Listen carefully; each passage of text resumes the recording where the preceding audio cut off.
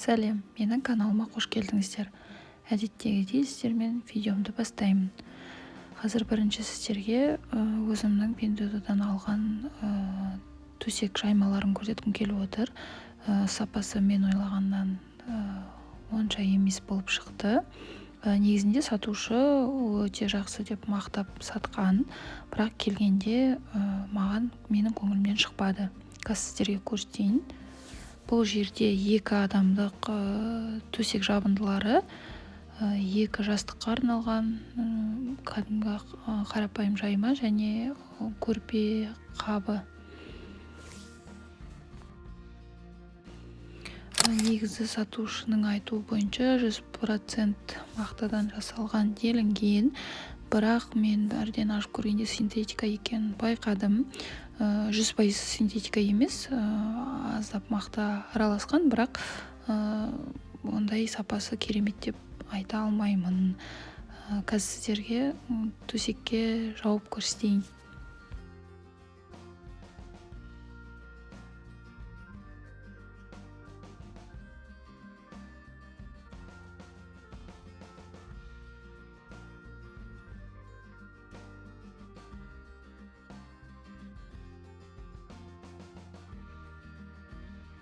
Қазір төсекке түгелдей жайып көрсетейін сіздерге.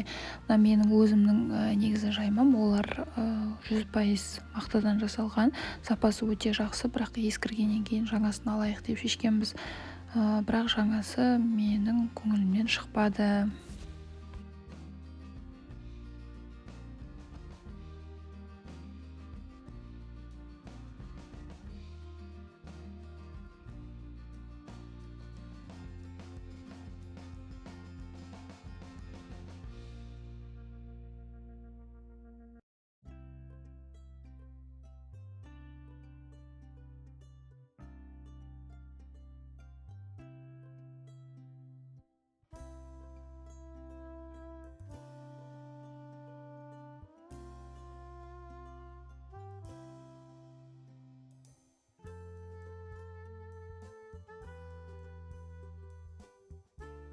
Жастық пен үлкен төсемшесі 2 адамға арналған, бірақ көріп тұрғандарыңыздай жамылғыға арналған жабындысы 1 адамға ғана арналған, кішкентай екен. Міне жақыннан көрсетейін. Материал көріп тұрғандарыңыздай уже түктеніп жатыр. 100% мақта емес, синтетика араласқан. Былай видеода сұр түсті болып көрінгенмен, негізгі түсі осындай көк және сұр аралас. Ал Pinduoduoдан алған заказымды көрсеттім. Енді менде әдеттегідей бүгінгі жоспар бойынша мына гүлімнің ыдысын ауыстырамын деп шештім, өйткені біраздан ауыспап еді. Ыдысы өте тар болып тұр.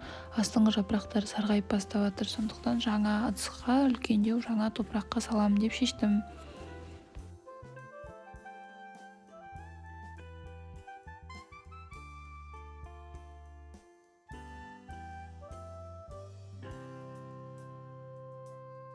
Қазір міне осы ыдысқа жаңа топырақ салып ауыстыратын боламын.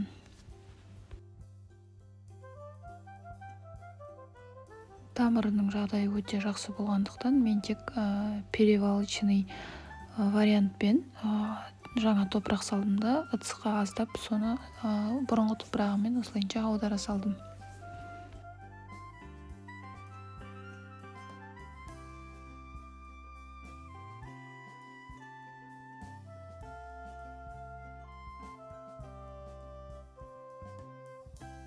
Гүлімнің ыдысын ауыстырдым.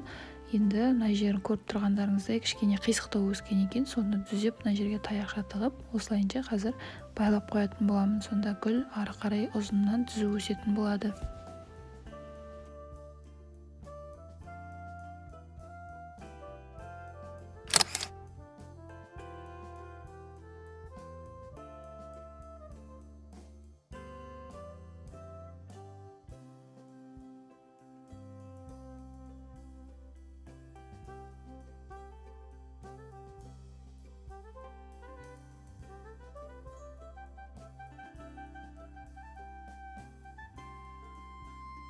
Міне бұл шаруамды бітірдім. гүлімді орналастырдым. Енді келесі шаруа менде былтыр көктемнен бері қарай менде терезе жуылмаған. Көріп тұрғандарыңыздай өте лас, ұятта болса көрсетіп қояйын. Қазір осыны тазалайтын боламын. Олай болса бірге тазалайық. Осылайша лас киімдерімді киіп терезені жууға кірістім.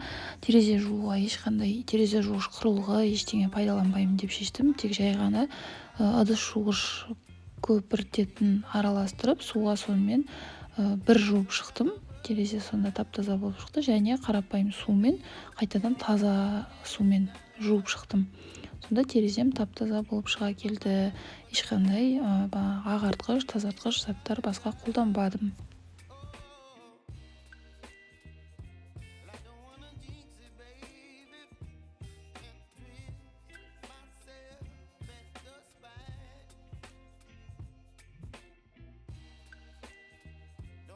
Тереземді жуып болдым. Енді мына сеткасын қондыру ғана қалды.